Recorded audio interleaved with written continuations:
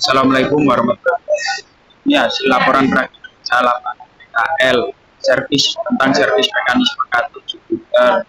Ini profil siswa saya, nama saya Lalu Ahmad Maulana, profil kalian saya teknik sepeda motor, tempat tanggal lahir Malang 8 Oktober 2007. Ini profil perusahaan tempat PKL saya, yaitu nama perusahaannya AHS, alamat perusahaannya Malang, bidang otomotif, profil singkat PT Astra Honda atau singkatan dari AHM dari misalkan yang mencapai lebih dari 3.600 bengkel AHAS di seluruh Indonesia.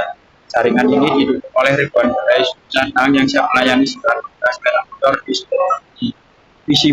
Visi menjadi grup dealer Honda dan bengkel AHAS terbuka dan terpercaya di mana mengutamakan pelayanan prima untuk memberikan nilai-nilai positif dan puasan bagi seluruh sektor dalam bidang keridhaan Allah Subhanahu wa taala. Misi yaitu memberikan solusi kepada masyarakat layanan prima cukup terpercaya dan sepenuh hati.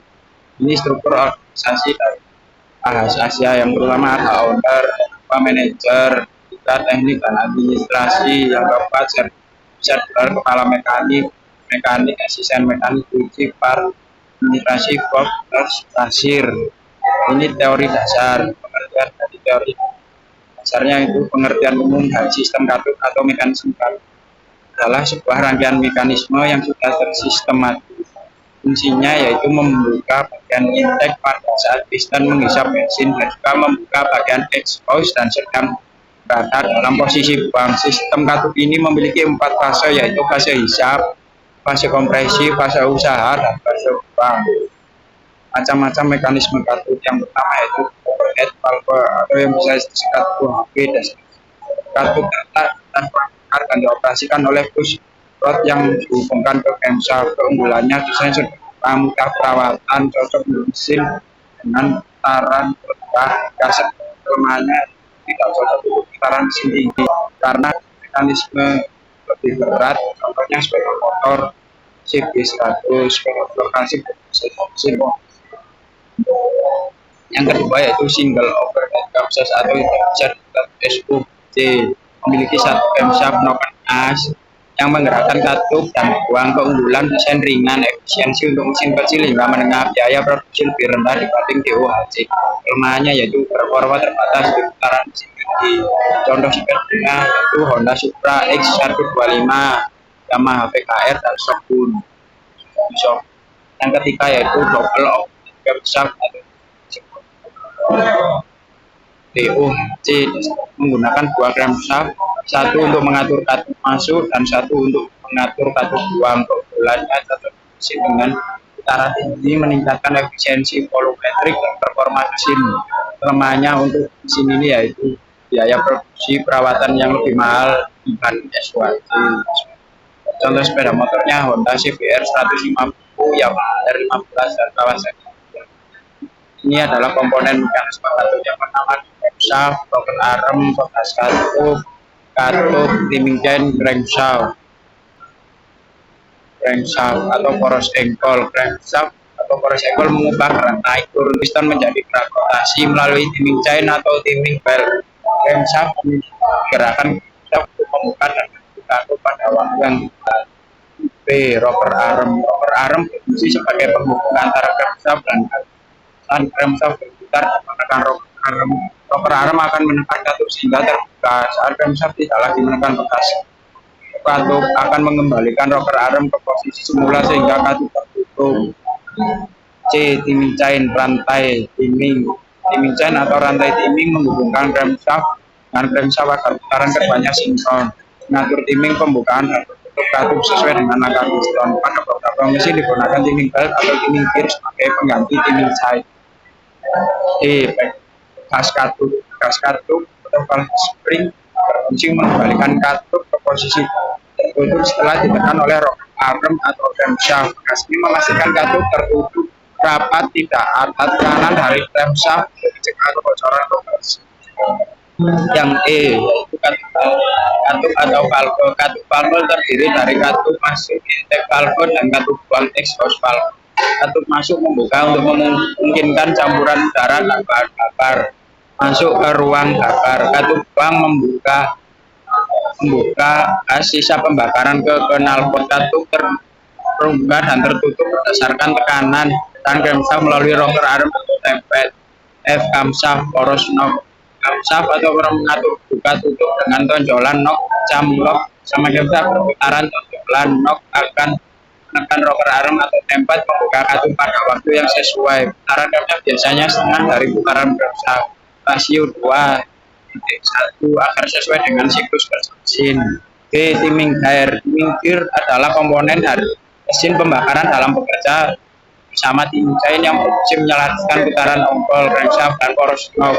Camshaft dengan mekanisme rotasi timing memastikan katup dan keluar terbuka serta tutup pada waktu yang tepat sesuai dengan siklus kerja mesin. Prinsip dasar atau cara kerja mekanisme katup. Yang pertama yaitu prinsip dasar mekanisme katup. Mekanisme katup adalah mesin pembakaran berfungsi mengatur aliran masuk saluran bakar utara, bawah, dan keluarnya piston dari ruang bakar. Yang kedua, poros cam atau PEM. Putar poros ini memiliki tonjolan cam yang bentuknya berbeda-beda. Tonjolan pada poros cam akan mendorong pengikut katup.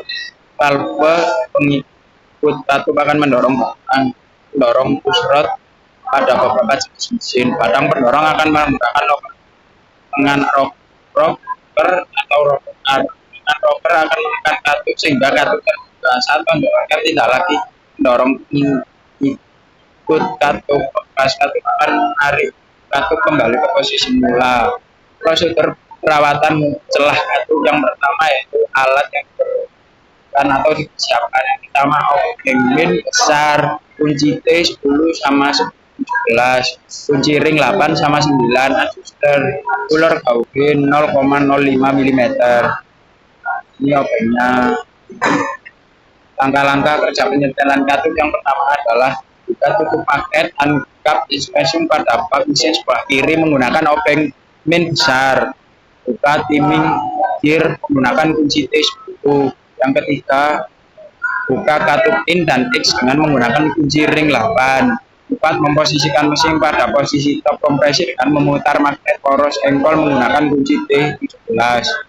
Yang kelima yaitu untuk memastikan motor pada posisi kompresi kita dapat mengecek simbol pada intip mesin rocker arm pada posisi tidak menekan katup dan tanda pada ini mengatap pada coakan mesin. Yang keenam, siapkan puller gaube dengan ukuran sesuai spesifikasi motor dan sisipkan di antara katup dan rocker arm. Kendorkan kur pengunci menggunakan kunci ring 9, kemudian putar baut penyetel menggunakan tempet adjuster jika sudah kencangan terjadi.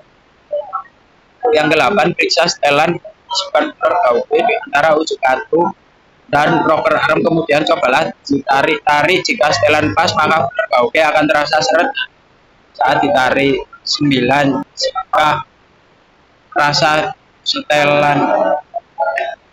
jika merasa setelan sudah pas, kembali semua komponen motor sudah pas kembali seperti semula.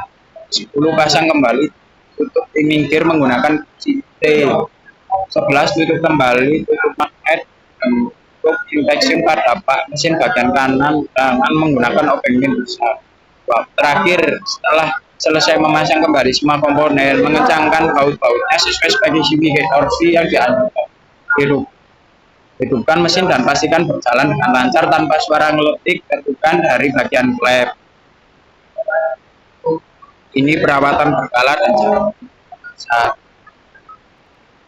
bagian saluran bakar, klep, sana kopling, depan rem belakang, sana roda, ban kiri, roda lengan, rantai penggerak, bearing kemudi, semua rata standar samping, depan suspensi belakang, sambungan layar kuning.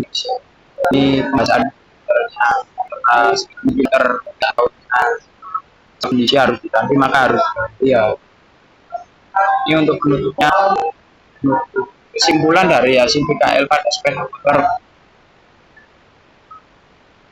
Jupiter Z tentang klep memiliki peran vital dalam proses mesin, yaitu sebagai pengatur masuknya campur udara dan bahan bakar ke ruang bakar serta pembuangan gas hasil pembakaran. Kerusakan atau tidak tepatnya penyetelan klep dapat mengakibatkan berbagai gangguan mesin seperti performa, suara mesin kasar, bahkan mogok. Selama PKL berbagai prosedur perawatan berbagai klep seperti penyediaan celah klep, spir klep, serta mengganti klep dan bernya jika mengalami kerusakan. Pengetahuan dan keterampilan ini sangat berguna sebagai bekal untuk menghadapi kerja saya di bidang kritik dan saran.